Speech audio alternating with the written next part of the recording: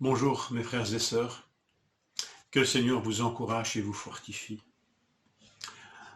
Avons-nous déjà été confrontés à la souffrance du doute, à être attaqués dans nos convictions les plus profondes, à ruminer parfois, même la nuit, en nous disant « mais est-ce bien vrai ce que je crois ?»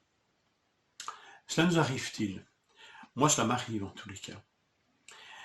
Et que faire alors de cette souffrance? Que faire, Seigneur, de ces doutes?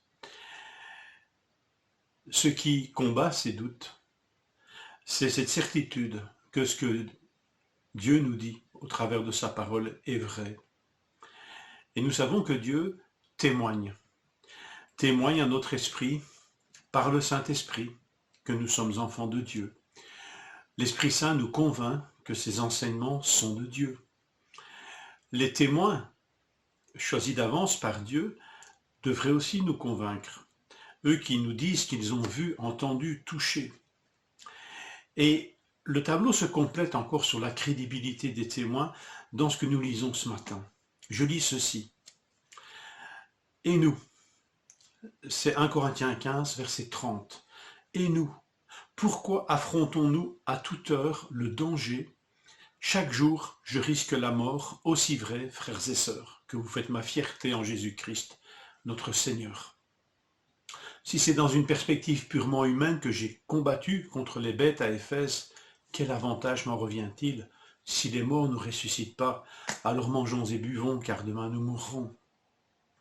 Pourquoi affrontons-nous le danger à toute heure? Et c'est là la crédibilité des témoins que le Seigneur a choisi d'avance.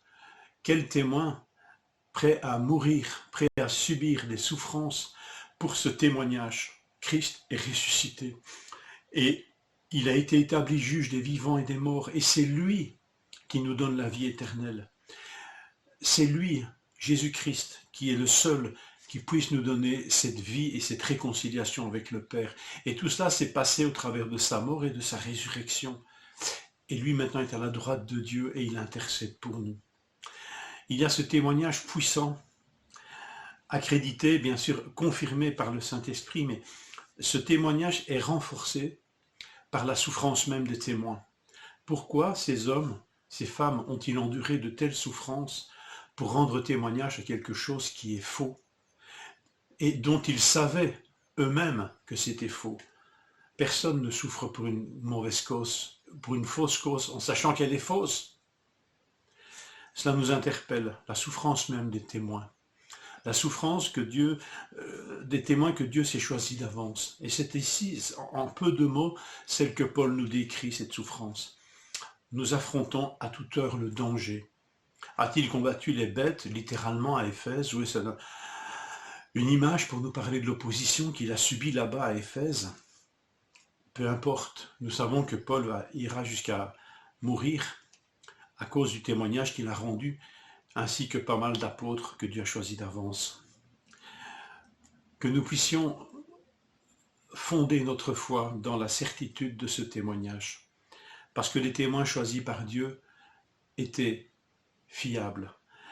Et la parole de Dieu ne nous a pas caché non plus les propres doutes de ces témoins. Nous avons lu ça en son temps. Combien les témoignages des évangiles sont unanimes pour nous dire que les apôtres eurent du mal à saisir, à comprendre la réalité de la résurrection, même devant le vivant, même devant Jésus-Christ ressuscité.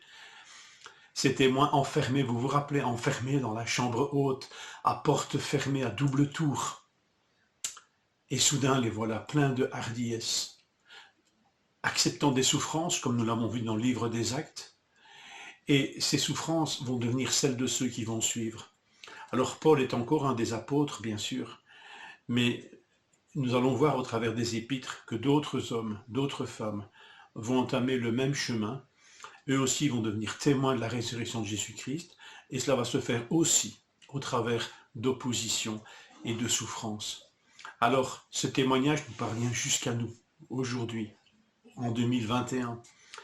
Pensons à cette longue tradition de témoins qui ont rendu fidèlement témoignage de la réalité de la résurrection de Jésus-Christ, de sa mort pour nos péchés. Et c'est cette bonne nouvelle qui, reçu par quiconque qui croit, transforme les vies.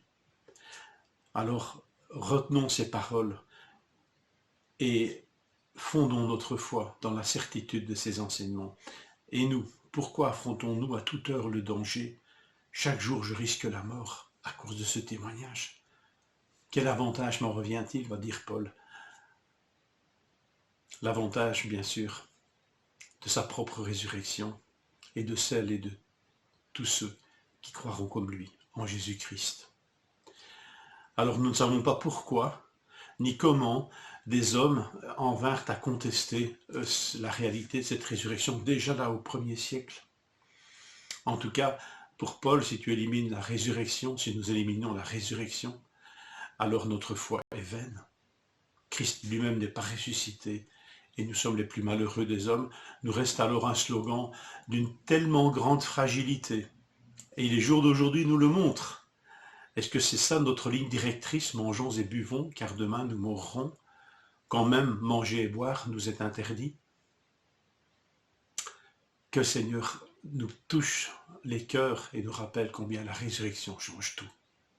La résurrection de Jésus-Christ, qu'il fortifie notre foi.